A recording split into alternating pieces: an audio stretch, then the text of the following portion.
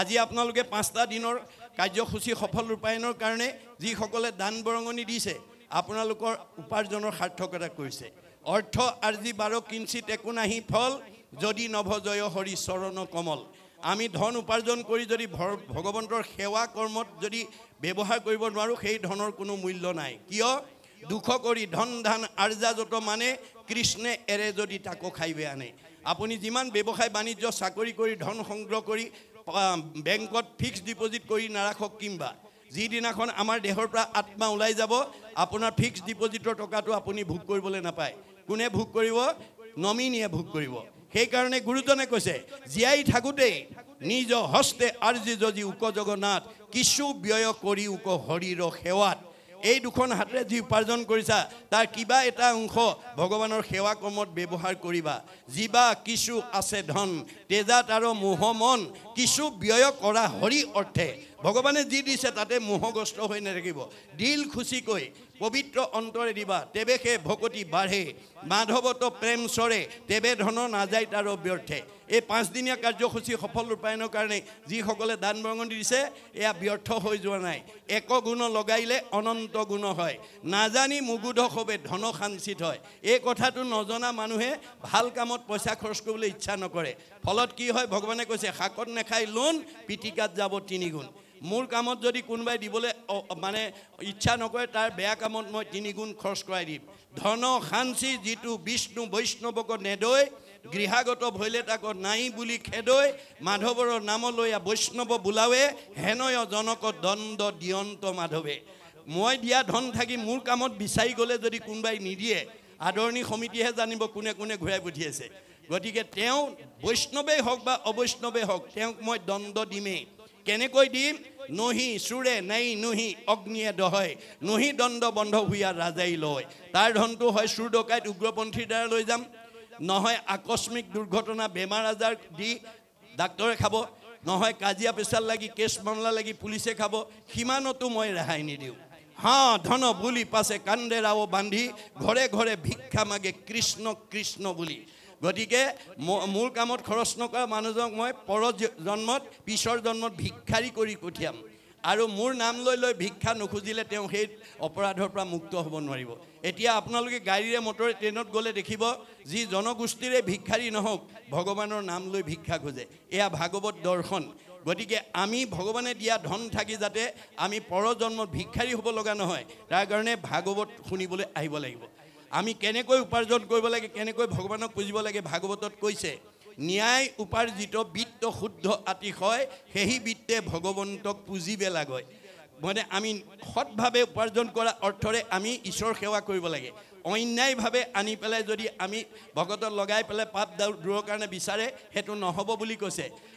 অভক্তৰ দ্ৰব্য মই নলওঁ সকলে যেন শিমলুৰ পুষ্প পৰি থাকে তলে ভগৱন্তই সেই দ্ৰব্য কেতিয়াও গ্ৰহণ নকৰে আপুনি ন্যায়কে আনিছে নে অন্যায়কে আনিছে আমাৰ হৃদয়তে ভগৱন্ত আছে সমস্ত ভূতৰে মই আছো হৃদয়ত সব কথা গম পায় আমি ভগৱানক ঠগিব নোৱাৰোঁ গতিকে আমি ভাগৱত শুনি এই বেয়া স্বভাৱবিলাক এৰিব লাগিব গতিকে আপুনি এগুণ লগালে অনন্ত গুণ দিয়ে এই তথ্যটো দ্ৰুপদী ক্ষেত্ৰত প্ৰমাণ দেখুৱাই থৈ গৈছে আপোনালোকে সকলোৱে জানে ভগৱন্তৰ 16,108 গৰাকী ভাৰ্যা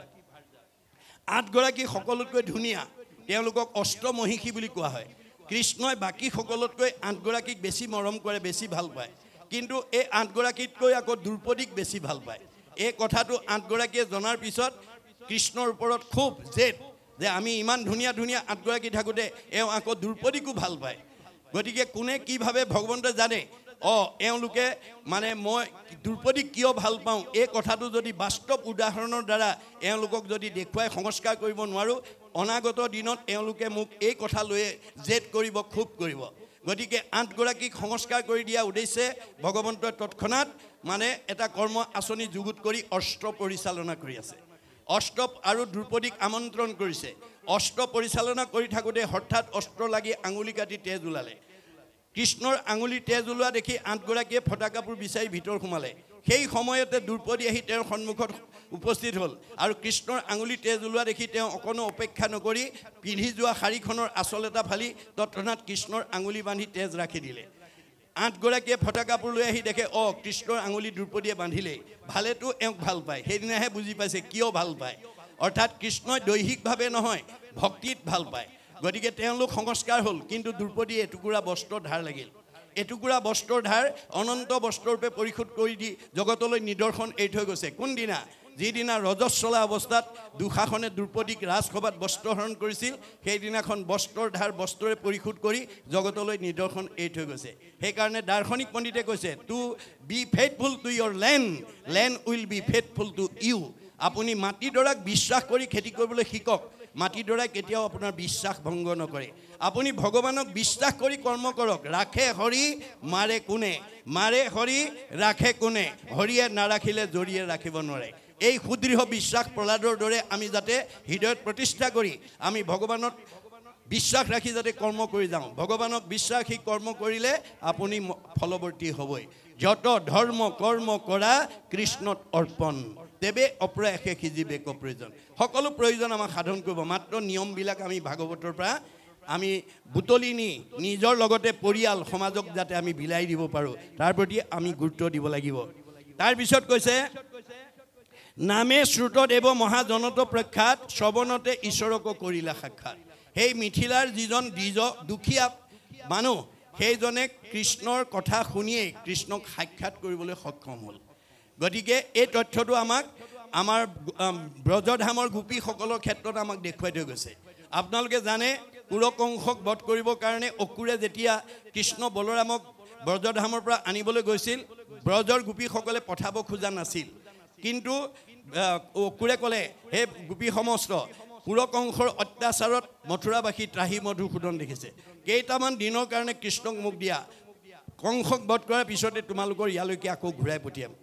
অসুৰৰ কথাত বিশ্বাস কৰি কৃষ্ণ বলৰামক পঠালে ধনুযজ্ঞ ভংগ কৰি কৃষ্ণ মানে কংশক বধ কৰিলে কিন্তু গকুললৈ আৰু ঘূৰি নগ'ল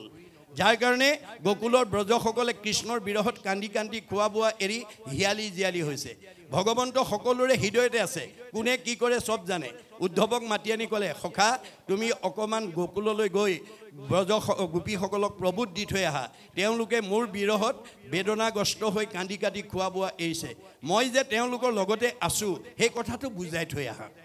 কৃষ্ণৰ নিৰ্দেশনাত উদ্ধৱ গ'ল ব্ৰজধামত পোৱাৰ লগে লগে গোপীসকলে বেৰি কৃষ্ণৰ বাৰ্তা লয় কিয় অহা নাই কিয় নাহে কিয় ইত্যাদি ইত্যাদি তেতিয়া উদ্ধৱে ক'লে হে গোপীসকল তোমালোকে যিজন কৃষ্ণৰ কাৰণে ইমান হিয়াকুল ব্যাকুল হৈ আছা তোমাৰ দেখোন সকলোৰে হৃদয়তে তেওঁ বিদ্যমান হৈ আছে বোলে কেনেকৈ যেনেকৈ সকলো কাঠতে অগ্নি সোমাই আছে উপমা দিছে সমস্ত কাষ্ঠতে অগ্নি আসন্ত বিআপি অঘৰিখন বিনেতাংক নেদেখে তথাপি সকলো কাঠতে অগ্নি সোমাই আছে কিন্তু যেতিয়ালৈকে ঘঁহাই দিয়া নাযায় তাৰ ভিতৰৰ অগ্নিটো কোনেও দেখা নাপায় উদাহৰণস্বৰূপে জুইচিলা কাঠিটোতে বাঁহটোতে অগ্নি সোমাই আছে এহাতে কাঠিটো আৰু এহাতে বাঁহটো লৈ যদি দিনটো বহি থাকে আমি তাৰ ভিতৰৰ জুইটো দেখিমনে নেদেখোঁ কাঠিটো লৈ যেতিয়ালৈকে বাঁহটোত ঘঁহাই নিদিয়ে তেতিয়ালৈকে তাৰ ভিতৰৰ জুইটো আমি দেখা নাপাওঁ সেইমতে সেইমতে কৃষ্ণ সকলোৰে হৃদয়তে আছে সেইমতে কৃষ্ণ আছে সবাৰো হৃদিত ভকতি নভৈলে নুন্ত কাহাঁতো বিদিত আমাৰ সকলোৰে হৃদয়তে কৃষ্ণ আছে কিন্তু আজিৰ দৰে যদি আমি ঈশ্বৰৰ কথা শ্ৰৱণ কীৰ্তন নকৰোঁ আমি প্ৰত্যেকৰ হৃদয়ৰ কৃষ্ণ কথা উপলব্ধি কৰিব নোৱাৰোঁ যাৰ কাৰণে আজি আমাৰ বহুতে এজনে আনজনক আঘাত পোৱাকৈ কথা কয় মনত দুখ দিয়াকৈ কথা কয় গতিকে আমি যেতিয়া কৃষ্ণ সকলোৰে হৃদয়তে আছে বুলি জানিম সেইদিনা আৰু আমাৰ সেই ব্যৱহাৰ তেনেকুৱা নহ'ব গতিকে আপোনালোকে যদি আজিৰ দৰে শাস্ত্ৰ ভাগৱত শুনিবলৈ আহি শাস্ত্ৰ ভাগৱতৰ কথা যদি আপোনালোকে প্ৰত্যেকে উপলব্ধি কৰি পৰিয়াল সমাজক উপলব্ধি কৰাব পাৰে তেতিয়াহ'লে ইয়াতেই আমাৰ বৈকুণ্ঠৰ সুখ স্বৰ্গৰ ভোগ হ'ব আপুনি শত্ৰুৰ পৰা মুক্ত হৈ যাব আমাৰ ভাগৱতে কৈছে শাস্ত্ৰ অনুবৰ্তী শত্ৰু নুহি উত্তপন যি মানুহে শাস্ত্ৰ শুনে আৰু পঢ়ে তাৰ কোনো শত্ৰু থাকিব নোৱাৰে কিয় তেওঁ ব্যৱহাৰ কৰিব জানে আমাৰ ব্যৱহাৰ কৰিব নজনাৰ কাৰণে আজি আমাৰ বহুত সমাজত মানুহ কোনোবা বিদ্যাৱন্ত কোনোবা ধনৱন্ত সম্পদশালী জ্ঞানী হয় কিন্তু সমাজে বেয়া পায় কিয় ব্যৱহাৰ কৰিব নাজানে আমাৰ ব্যৱহাৰ কেনেকুৱা হ'ব লাগে ভাগৱতে কৈছে সমানত মৈত্ৰী উত্তমত সতকাৰ দৰিদ্ৰত দয়া কৰিবেক বাৰম্বাৰ আমাৰ আচৰণটো কেনেকুৱা হ'ব লাগে মোতকৈ বয়সত জ্যেষ্ঠজন মানে জ্ঞানৰ জ্যেষ্ঠই হওক বা বয়োজ্যেষ্ঠ হওক তেওঁক মই সন্মান কৰিবলৈ জানিব লাগে সমানজনক বন্ধু ব্যৱহাৰ কৰিবলৈ জানিব লাগে আৰু নিজজনক মৰমৰ চকুৰে চাব জানিব লাগিব এই তিনিটা ব্যৱহাৰ নজনা মানুহ কেতিয়াও সমাজৰ প্ৰিয় হ'ব নোৱাৰে সমাজে যাক বেয়া পায় ঈশ্বৰেও তাক বেয়া পায় গতিকে আমি ঈশ্বৰৰ প্ৰিয় হ'বলৈ হ'লে সমাজৰ আমি প্ৰিয় হ'ব লাগিব এই কথা আমাক ভাগৱতে দি আছে আজি আমাৰ এই ব্যৱহাৰৰ কাৰণে আজি আমাৰ সমাজত বিশৃংখল হৈ থাকে ব্যৱহাৰ কৰিব নজনাৰ কাৰণে গতিকে আমাৰ ভাগৱতে ব্যৱহাৰ কৰিবলৈ দিছে আৰু আমাৰ ভাগৱতত নিয়ম মানি দিছে আমাৰ এই জীৱনটো সুন্দৰভাৱে মানে কোনো বেমাৰ আজাৰ নোহোৱাকৈ সদায় আনন্দত থাকিবৰ কাৰণে আমাক 8টা সদাচাৰ নিয়ম ভাগৱতে বান্ধি দিছে 8টা সদাচাৰ নিয়ম যি জানিব বুজিব আৰু পালন কৰিব তেওঁ আয়ুষ বৃদ্ধি কৰিব পাৰিব তেওঁ শৰীৰ সুস্থ হৈ থাকিব মন আনন্দ হৈ থাকিব গতিকে তেওঁ জীৱন মানে প্ৰয়াণৰ পিছত গতি পাব এই তথ্য আমাক ভাগৱতে দিছে কি 8 প্ৰকাৰ সদাচাৰ কায়ৰ সদাচাৰ বাক্যৰ সদাচাৰ মনৰ সদাচাৰ গমন সদাচাৰ শৌচ সদাচাৰ অন্ন সদাচাৰ স্নান সদাচাৰ শয়ন সদাচাৰ এই 8 প্ৰকাৰ সদাচাৰ মানি চলাৰ কাৰণে শংকৰ মাধৱৰ দিনত কেইবাজনো আটা পুৰুষে তেওঁলোকৰ ওচৰতে গৈ ভাগৱত ব্যাখ্যা শুনিছিল গতিকে ভাগৱত ব্যাখ্যা শুনাত তেওঁলোকৰ এটা চাৰিত্ৰিক বৈশিষ্ট্য আছিল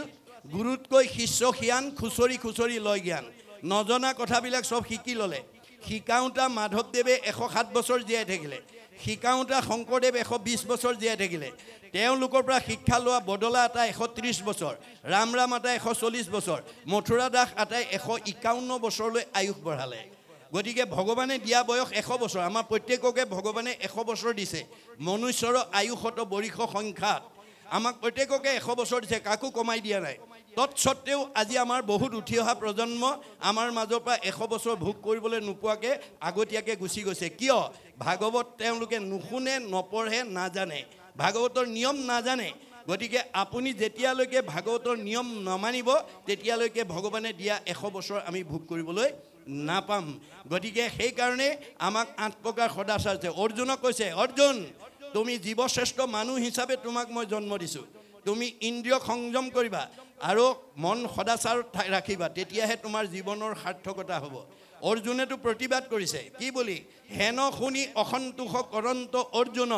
ইন্দ্ৰিয়ক বৈশ্য কৰি বাক পাৰে কোনো কাৰ খাদ্য আছে ইন্দ্ৰিয়ক বৈশ্য কৰিব মনক নাই নাই এইটো মোৰ কাৰণে কেতিয়াও গ্ৰহণযোগ্য প্ৰস্তাৱ নহয় তে কৃষ্ণই হাঁহি পেলাই ক'লে কৃষ্ণে বোলে সখী তুমি নকৰিবা ভয় অভ্যাসতে ইন্দ্ৰি বৈশ্য আপুনি হয় ভয় নকৰিবা তুমি অভ্যাস কৰা গতিকে আজি আপোনালোকে নিজকে সোধক অহাৰ পৰা কটখনত বহি আছে যোৱাৰ সময়লৈকে বহি থাকিব অকলে ঘৰত ইমান সময় কট এখনত বা চকীখনত অকলে বহি থাকিব পাৰিলেহেঁতেন নে নোৱাৰে কোনে বহুৱাইছে আজি কিয় বহিছে এই ৰহস্য আমি ভেদ কৰিব লাগিব আমাৰ বেদত কৈছে স পৰম অনুৰক্তি ঈশ্বৰেই ভক্তি আজি ইয়াত বহি থকা সকলে ঈশ্বৰৰ কথা জানিবৰ কাৰণে শুনিবৰ কাৰণে বুজিবৰ কাৰণে এটা আগ্ৰহ লৈ বহি আছে এই আগ্ৰহে আমাক 6টা প্ৰমোচন দিব মনত ৰাখিব আগ্ৰহ ৰতি প্ৰীতি ভক্তি শান্তি 6 নম্বৰত মুক্তি এই স্তৰলৈকে আমি আগুৱাই যাবই লাগিব নহলে সংসাৰ চক্ৰত ঘূৰি থাকিব লাগিব গতিকে আমি আগ্ৰহেৰে ঈশ্বৰৰ কথা শুনিলে আপুনি ৰথ হৈ যাব আপোনাৰ শৰীৰলৈ কোনো মানে দুখ বেদনা আহিব নোৱাৰে কাৰোবাৰ কঁকাল বিষ আছে যদিও ভৰি বিষ আছে যদিও আহিব নোৱাৰে কাৰণ অৰ্জুনক কৈছে শৰীৰত চাহি শ্ৰেষ্ঠ যত ইন্দ্ৰিগণ ইন্দ্ৰিয়ত কৰি শ্ৰেষ্ঠ জানিবাহা মন মনত অধিক বুদ্ধি কহিলো তোমাক সবাতো অধিক শ্ৰেষ্ঠ আত্মা বুলি যাক আত্মাত ৰহিলে মন বিষয় উদাস আপুনি হৈবেক নাশ কাম অভিলাষ হে অৰ্জুন তোমাৰ শৰীৰটোতকৈ ইন্দ্ৰিয়বিলাক শ্ৰেষ্ঠ ইন্দ্ৰিয়বিলাকতকৈ মন শ্ৰেষ্ঠ মনতকৈ আত্মা শ্ৰেষ্ঠ আত্মাতকৈ আৰু মানে আত্মাত যেতিয়া তোমাৰ মন মানে অধিষ্ঠিত কৰিব পাৰে তোমাক আৰু কোনো বিষয়ে দুখে স্পৰ্শ কৰিব নোৱাৰে গতিকে আজি আপোনালোকৰ 10টা ইন্দ্ৰিয় ভাল আছে কাৰণে আহিলে 10টা ইন্দ্ৰিয় ভাল থাকিলেও আহিব নোৱাৰে যদি মনে কয় নাই নাই এতিয়া ৰাতিখন গৈ ভাগৱত শুনিব নোৱাৰো কষ্ট হ'ব এই বুলি যদি মনে কয় আহিব নোৱাৰে মনে আহি গ'ল অহাৰ পিছতো কিন্তু মন ইমান চঞ্চল যে ভাগৱত আলোচনা হৈ থাকোঁতে অন্য চিন্তা কৰি আছে ঘৰত এৰি থৈ অহা ল'ৰা ছোৱালীকেইটাৰ কথা ঘৰত এৰি থৈ অহা এটা ব্যৱসায় কথা অহাকালিলৈ কিবা কাম বনৰ কথা ইত্যাদি ইত্যাদি তেতিয়া কিন্তু আমাৰ বুদ্ধিয়ে ক'ব লাগিব ঐ মন ৰাতিপুৱা শুই উঠাৰ পৰা গধূলা খোৱালৈকে জন্মৰ পৰা আজি তাৰিখলৈকে সদায় ধন টকা পইচা ইন্দ্ৰিয় সুখ বুক পৰিয়াল পোহপালনৰ কথা সদায় চিন্তা কৰি আছোঁ আজি কিমান ভাগ্যৰ মূৰত ভকতৰ সংগত বহি স্বাদত অমৃতময় পৰম আনন্দ ৰস পান কৰি জন্ম জন্মান্তৰ কাৰণে অক্ষয় পুণ্য অৰ্জন কৰি জীয়াই থাকোঁতে শান্তি আৰু মৰিলে সদগতি পোৱাৰ পথ পাইছোঁ তই অকণমান ধৈৰ্য ধৰ এই বুলি মনক মানে ধৈৰ্য ধৰাই বুদ্ধিয়ে আত্মাত নি থ'ব লাগিব আত্মা ক'ত আছে উদ্ধৱক যাবৰ সময়ত কৈছে উদ্ধৱে কৈছে প্ৰভু তুমি অকলে গুচি গ'লে নহ'ব দেৱকাৰ্য সাধন কৰি কৃষ্ণ যেতিয়া যাব ওলাইছে উদ্ধৱে আপত্তি কৰিছে প্ৰভু তোমাৰ লগত মোৰ 5 বছৰ বয়সৰ পৰাই নিবিড় সম্পৰ্ক তুমি মোৰ বৰদেউতা পুত্ৰ বসুদেৱৰ ল'ৰা মই তোমাৰ খুৰাৰ পুতেক দেৱভাগৰ পুত্ৰ মই উদ্ধৱ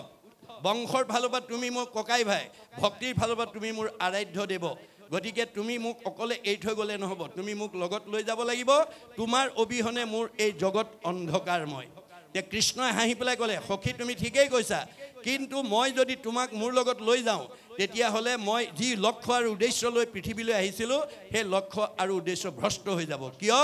তুমি আমি দুয়ো গ'লে মিলিব অনৰ্থ লুপ্ত হৈব জ্ঞান ইটো ভকতিৰ পথ ভকতক যদি ভগৱন্তই লৈ যায় ভক্তিৰ পথটো বন্ধ হৈ যাব ফলত কি হ'ব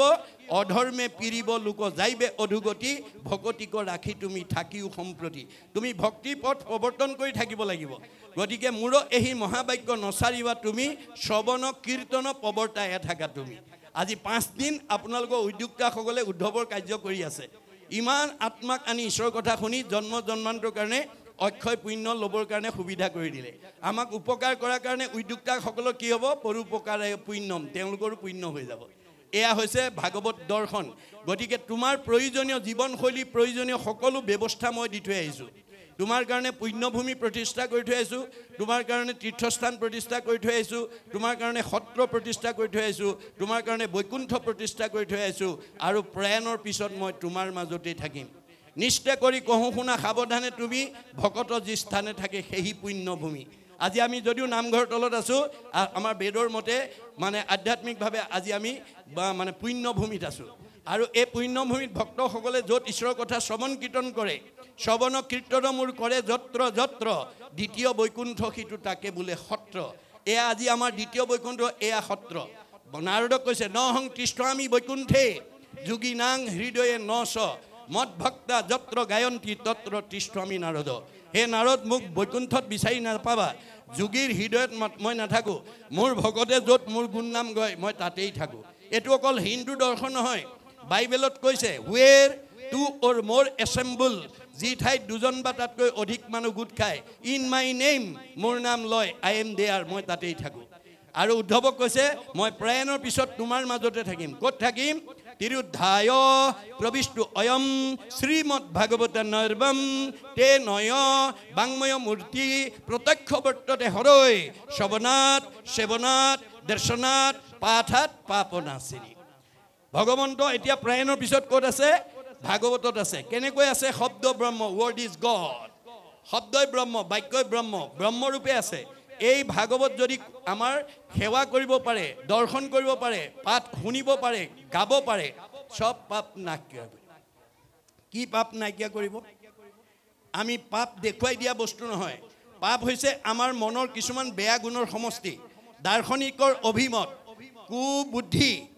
ভাগৱত শুনিবলৈ আহি যদি গ্ৰাম্য কথা পাতি থাকে সেইটো পাপ হৈ গ'ল আৰু তেওঁ গ্ৰাম্য কথা পতাৰ কাৰণে ওচৰৰ মানুহজনে যদি কৃষ্ণ কথা শুনাত বাধা পৰিছে গ্ৰাম্য কথা পতা দুজনৰ কি হ'ব পাপ আয় পৰপীড়নম আজি বৈকুণ্ঠ ঠাইলৈ আহিও পাপ লৈ যাব লাগিব এইটো কুবুদ্ধি বুলি কৈছে দেই পাপ কি বস্তু কুবুদ্ধি অসৎ চিন্তা অসৎ ভাৱনা অসৎ পৰিকল্পনা কুসংস্কাৰ অন্ধবিশ্বাস মনৰ সংকীৰ্ণতা কুপৰম্পৰা এইবিলাক আমাৰ ভাগৱত শুনাৰ লগে লগে নাইকিয়া হৈ যাব অট'মেটিক নাইকিয়া হৈ যাব আপুনি নাইকিয়া হৈ যাব ভাগৱতৰ এয়াই মাহাত্ম্য গতিকে ভাগৱত নুশুনাৰ পৰ্যন্ত আমি পাপৰ পৰা মুক্ত হ'ব নোৱাৰোঁ এই তথ্য আমাক দিছে তাৰপিছত কি বুলি কৈছে যে আনে কোনো অষ্টাংগ যোগক আদি কৰি সৰ্বকৰ্ম কৰিও নিচিনে মহাহৰি যে বৈদিক যুগত ভগৱানক চিন্তা কৰা অষ্টপ্ৰকাৰ যোগৰ বা নিয়ম আছিলে যোগ গাই যে যিবিলাক কৌশল অৱলম্বন কৰিলে আমি ঈশ্বৰক চিন্তা কৰিব পাৰিম কৰ্মসু কৌশলম যোগ কৰ্মসুম কৌশলম যোগ আজি আমি যিটো কৰ্ম মানে যিটো কৌশল অৱলম্বন কৰিলে আত্মাই পৰমাত্মাৰ লগত সংযোগ স্থাপন কৰিব প্লাছ ই কেতিয়াও মাইনাছ নহয় মনত ৰাখিব যোগ গতিকে আজি আমাৰ পুণ্য যোগ হ'ব গতিকে এটো হৈছে এটা যোগ কৰ্মসু কৌশলম যোগ যিটো কৌশল অৱলম্বন কৰিলে আত্মাই পৰমাত্মাৰ লগত সংযোগ স্থাপন কৰে হেতুৱে যোগ এটো কোনে শিকাইছিল কপিল প্ৰভুৱে কপিল স্বৰূপে আৰু ভৈলা অৱতাৰ লুপ্ত ভৈল জ্ঞানতাক কৰিলা প্ৰচাৰ তোমাৰ প্ৰসাদে যোগ জানি দেব হুতি তোমাৰ শৰণ চিন্তি লভিলা মুকুতি কপিলে প্ৰৱৰ্তন কৰা যোগনীতি অৱলম্বন কৰি যদি দেৱহুতি উদ্ধাৰ হয় আমি হমনে নহম এই কথা আমি অনুভৱ কৰিব লাগিব অনুভৱে আমাৰ সংস্কাৰ কৰে উপলব্ধিয়ে সংস্কাৰ কৰে যাৰ উপলব্ধি নাই তাৰ সংস্কাৰ নাই গতিকে আমি আজি ভাগৱতৰ প্ৰতিটো কথাই উপলব্ধি কৰিব লাগিব উপলব্ধিয়ে আমাৰ সংস্কাৰ আনিব যদি আমি ভাগৱত কেৱল শুনিব লাগে পঢ়িব লাগে কাৰণে শুনো বা পঢ়ো তেতিয়া উপলব্ধি নহলে সংস্কাৰ নহব তেওঁ যেনে আছে তেনেই থাকিব গতিকে আমি প্ৰতিটো কথা উপলব্ধি কৰোঁ উপলব্ধিয়ে সংস্কাৰ কৰে আমাক ভগৱন্তই প্ৰত্যেককে কিবা নহয় কিবা এটা প্ৰতিভা দিছে কাক কি দিছে আপোনালোকে জানিব কাৰোবাক ডাক্তৰ ইঞ্জিনিয়াৰ অৱস্যাৰ প্ৰবক্তা অধিবক্তা বুদ্ধিজীৱী জ্ঞানী মানিকে প্ৰমুখ্য কৰি কিবা নহয় কিবা এটা প্ৰতিভা দিছে কিন্তু আপুনি সেই ভগৱন্তৰ প্ৰতিভাটো প্ৰণালীবদ্ধ প্ৰয়োগৰ দ্বাৰা বিজ্ঞানলৈ উত্তৰণ কৰিবলৈ শিকিব লাগে বুলি কৈছে ভগৱানে দিয়া প্ৰতিভাটো আমি প্ৰণালীবদ্ধ প্ৰয়োগৰ দ্বাৰা বিজ্ঞানলৈ উত্তৰণ কৰিবলৈ শিকিব লাগিব বিজ্ঞানটোক উপলব্ধিৰ দ্বাৰা দৰ্শনলৈ উত্তৰণ কৰিবলৈ শিকিব লাগিব দৰ্শনটোক উপলব্ধিৰ দ্বাৰা ধৰ্মত নি প্ৰতিষ্ঠা কৰিবলৈ শিকিব লাগিব তেতিয়া ধৰ্ম ৰক্ষতি ৰক্ষিত ভগৱানে দিয়া প্ৰতিভাটোৰ পৰা আপুনি তেতিয়াহে ৰক্ষণাবেক্ষণ পাব তেতিয়াহে ভগৱন্তই আপোনাক ধৰ্মই ৰাখিব যেতিয়া তাক ক্ৰমোন্নতিভাৱে প্ৰণালীবদ্ধভাৱে প্ৰয়োগ নীতি কৰি পেলাই তেওঁ প্ৰতিষ্ঠা কৰিব পাৰিব সেইকাৰণে দাৰ্শনিক পণ্ডিতে কৈছে systematic knowledge is science realise science is philosophy realise philosophy is religion religion is the highest sense of philosophy প্ৰণালীবদ্ধ জ্ঞানক বিজ্ঞান বুলি কৈছে বিজ্ঞানটো যেতিয়া উপলব্ধি কৰিব দৰ্শন দৰ্শনটোক যেতিয়া উপলব্ধি কৰিব ধৰ্ম ধৰ্মতকৈ আৰু শ্ৰেষ্ঠ দৰ্শন দ্বিতীয় নাই মহাপুৰুষ শংকৰদেৱে এটা বাক্যত বুজাই দিছে যতেক দেখা খোজ সমুদায় হস্তিৰ খোজত হবে লুকায় প্ৰকৃতি জগতত যিমানবিলাক জীৱ জন্তু দেখিছোঁ সকলো জন্তুৰ খোজ হাতীৰ খোজত লুকাই যায় হাতীৰ খোজতকৈ আৰু ডাঙৰ খোজ দ্বিতীয় নাই এই পৃথিৱীত যিমান ডাঙৰ মানুহ আছে ৰাষ্ট্ৰপতিও কৃষ্ণতে বিলীন হ'ব লাগিব আৰু সাধাৰণ নাগৰিকো কৃষ্ণতে বিলীন হ'ব লাগিব এমএলএ মিনিষ্টাৰো কৃষ্ণতে বিলীন হ'ব লাগিব ঠেলাওলা ৰিক্সাওলাও কৃষ্ণতে বিলীন হ'ব লাগিব আপোনালোকৰ গাঁৱৰ ধনী মানুহজনো কৃষ্ণতে বিলীন হ'ব লাগিব আৰু দুখীয়া মানুহজনো কৃষ্ণতে বিলীন হ'ব লাগিব কৃষ্ণৰ ব্যতিৰেকে আৰু দ্বিতীয় নাই সেইকাৰণে গুৰুজনে কৈছে কৃষ্ণক পুজিলে পূজা সমস্তৰে হয় পৃথকে পুজিলে পূজা কেহু নলয় আমি সকলো ঈশ্বৰৰ সন্তান যিজনৰ ত্ৰিপিটিত তুষ্ট হ'ব দেও জানিবা সিজন পিতৃ এক কৃষ্ণ দেও আমাৰ সকলোৰে পিতৃ কৃষ্ণ আমি কৃষ্ণক যাতে সন্তুষ্ট ৰাখিব পাৰোঁ কৃষ্ণক যাতে আমাৰ ঘৰত ৰাখিব পাৰোঁ কৃষ্ণক যাতে আমাৰ মনৰ লগত ৰাখিব পাৰোঁ তাৰ কাৰণে আমি যত্ন কৰিব লাগিব গতিকে কৃষ্ণ যদি সন্তুষ্ট হয় তেওঁ আজ্ঞাবাহী 33 কোটি দেৱতা আপোনা আপুনি সন্তুষ্ট হৈ যাব আৰু বেলেগকৈ আমি দেৱতাক পূজা কৰাৰ প্ৰয়োজন নাথাকে এই কথা আমাক কৈছে তাৰ পিছত কৈছে অষ্টাংগ যোগ যে যম নিয়ম আসন প্ৰাণায়াম প্ৰত্যাহাৰ ধ্যান ধাৰণা সমাধি এয়া হৈছে অষ্টাংগ যোগৰ দ্বাৰা ভগৱন্তক চিন্তা কৰা বৈদিক যুগৰ নিয়ম এই নিয়মেও যিজনক নাপায় আনে কোনো অষ্টাংগ যোগক আদি কৰি সৰ্বকৰ্ম কৰিও নিচিনে মহাহৰি প্ৰাণহৰি যিজনক অষ্ট যোগেৰে চিন্তা কৰিও দেখা পাব নোৱাৰে এক কৃষ্ণ কথা শ্ৰৱণতে ভক্ত ভৈলা একে কৃষ্ণ কথা শ্ৰৱণতে ভক্ত ভৈলা ধন্য শ্ৰুতদেৱ নাম প্ৰভু চিন্তিলা গতিকে সেইজন ভগৱানক অষ্টাংগ যোগৰ দ্বাৰাও যিজনক বিচাৰি নাপায় সেইজনক মানে শ্ৰুতদেৱে শ্ৰৱণৰ দ্বাৰাই কি কৰিলে সাক্ষাৎ কৰিলে তেতিয়া সেই উদ্ধৱে গৈ যেতিয়া ক'লে যে তোমালোকৰ হৃদয়তে আছে কিন্তু তোমালোকে তাক পাবৰ কাৰণে ভক্তি কৰিব লাগিব সমস্ত হৃদয়ে আছে ভগৱান সকলো হৃদয়তে আছে কিন্তু আমি ভক্তিৰ মাজেদি তাক উপলব্ধি কৰিব লাগিব গতিকে শ্ৰৱণ কীৰ্তন নকৰিলে আমি ঈশ্বৰৰ উপলব্ধিটো নহয় গতিকে আমাৰ এই শ্ৰুতদেৱে একমাত্ৰ কৃষ্ণ কথা শ্ৰৱণৰ দ্বাৰাই তেওঁক সাক্ষাৎ কৰিছে এই শ্ৰুতদেৱ নামান্বয়ে আছে শ্ৰুত মানে শুনা দেৱ মানে কৃষ্ণ দেৱতাৰ কথা শুনে আমাৰ দিনত এটা বিষয় আছিলে শ্ৰুত লিপি শ্ৰুত মানে শুনা লিপি মানে লিখা শুনি পেলাই লিখা কাৰণে সেই বিষয়টোৰ নাম শ্ৰুতলিপি আজিকালি সেইটো নাই গতিকে এতিয়া এই শ্ৰুতদেৱৰ নামান্য হৈছে তেওঁ কৃষ্ণ দেৱতাৰ কথা সদায় শুনে ধন্য শ্ৰুতদেৱ নামৰ প্ৰভুক চিন্তিলা তোমাক ধন্যবাদ দিছোঁ শ্ৰৱণ কীৰ্তন আদি নৱদা ভকতি মহাযত্নে কৃষ্ণক কৰন্ত প্ৰতিনিধি মনত ৰাখিব কথাটো আমাৰ ঈশ্বৰক ভজিবৰ কাৰণে 9 প্ৰকাৰ ভক্তি পথ দিছে এটো শ্ৰুতদেৱে মহাযত্নৰে সৈতে আচৰণ কৰে গতিকে আপুনি এই বাক্যটো শুনি বা পঢ়ি তাতে সীমাবদ্ধ কৰিলে নহব আমিও তেনেকৈ 9বিধ ভক্তিৰ যিকোনো এবিধ ভক্তি আমি আচৰণ কৰিবলৈ শিকিব লাগিব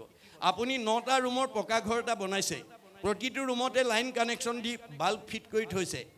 আপুনি বাল্ব ফিট কৰি থলে বুলিয়ে লাইন কানেকশ্যন দি থলে বুলিয়ে সূৰ্য অস্ত যোৱাৰ লগে লগে আপোনাৰ ৰুম কেটা নিজে নিজে পোহৰ হৈ নাযায় কেতিয়া পোহৰ হ'ব যেতিয়া সেই ৰুমৰ মানে লাইনৰ সুইচটো যেতিয়া অন কৰি দিব তেতিয়াহে আপোনাৰ ৰুমটো পোহৰ হ'ব তেনেকৈ আমাৰ এইখন ঘৰত 9টা বাল্ব লগাই থৈছে শ্ৰৱণ কীৰ্তন অৰ্চন বন্দন দাস্য সখিত্ব পদসেৱন আত্মনিবেদন স্মৰণ এই 9বিধ ভক্তি যিকোনো এবিধ হলেও আপুনি যিকোনো প্ৰকাৰে যদি আচৰণ কৰে অৰ্থাৎ তাৰ এটা সুইচ যদি অন কৰি ৰাখে তেতিয়া আপোনাৰ ঘৰটো পোহৰ হৈ থাকিব যদি আপুনি এটা সুইচো অন নকৰে অৰ্থাৎ 9বিধ ভক্তি যদি এবিধ ভকতিও আপুনি আচৰণ নকৰে তেতিয়া হলে আমাৰ এই গৃহ ঘৰখন আমি পোহৰত ৰাখিব নোৱাৰিম দুখ বেদনা আৰু বিভিন্ন অশান্তিত আমি জীৱন পাৰ কৰিব লাগিব সেই কাৰণে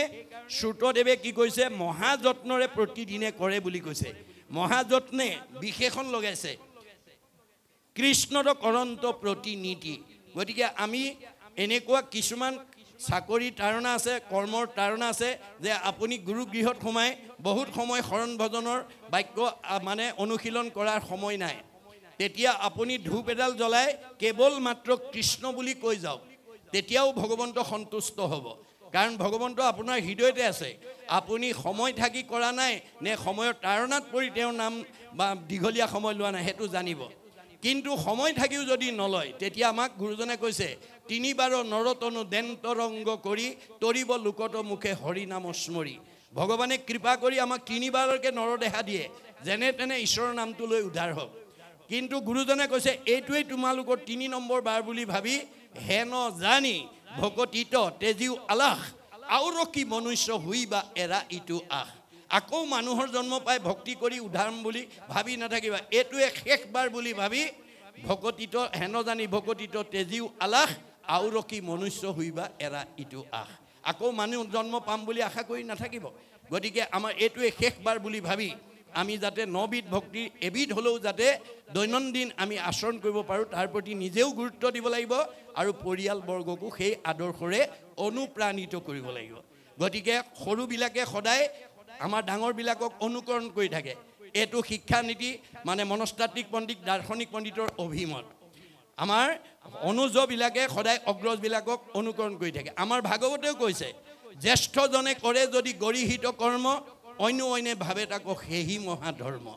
আমাৰ সৰুবিলাকে সদায় ডাঙৰবিলাকক অনুকৰণ কৰি থাকে গতিকে আমি ডাঙৰবিলাকে ধৰ্ম কেনেকৈ আচৰণ কৰিব লাগিব আমাৰ গুৰুজনাই দৰ্শন দিছে যে আমি ৰাতিপুৱা শুই উঠিয়ে প্ৰথমতে গা পা ধুই গুৰু সেৱা কৰি আমি প্ৰথম বিষ্ণু যজ্ঞ কৰি মনটো শুদ্ধ কৰি ল'ব লাগিব আমি প্ৰথমতে বিষ্ণু যজ্ঞ কৰিব লাগে তাৰ পিছতে ভূত যজ্ঞ কৰিব লাগে বিষ্ণু যজ্ঞ মানে ঈশ্বৰ সেৱাটো আমি কৰিব লাগে কাৰণ ঈশ্বৰ সেৱা কৰিব পৰা শক্তি মানুহৰ বাদে আনৰ নাই গতিকে মানুহৰ জন্ম পাই যদি ঈশ্বৰ সেৱা নকৰাকৈ আপুনি যদি ভূত যজ্ঞ কৰে অৰ্থাৎ পঞ্চভূতৰ দেহ ৰাখিবৰ কাৰণে যদি আপুনি খোৱা বোৱা কৰে তেতিয়াহ'লে আপুনি দেহটো কেতিয়াও সুস্থ কৰি ৰাখিব নোৱাৰিব কাৰণ আপুনি মনৰ অধীন হৈ গৈছে গতিকে মনৰ যেতিয়া দাস হৈ যাব তেতিয়া আপুনি শৰীৰটো সুস্থ কৰিব নোৱাৰিব আমাৰ ভাগৱতে কৈছে মনে পাপ কৰে যায় লাগয় জীৱত শিকাৰণে জীৱে দুখ ভুঞ্জে সংসাৰত আজি আমি মনটো সদাচাৰ কৰিব নোৱাৰাৰ কাৰণে দুৰাচাৰ মনৰ কবলত পৰি আমি নাখাবলগীয়া বস্তু খাইছোঁ নকৰিবলগীয়া কাম কৰিছোঁ নাযাবলগীয়ালৈ গৈছোঁ যাৰ কাৰণে আমাৰ এই শৰীৰটোৱে আমাৰ বিকাৰ ভোগ কৰিব লগা হৈছে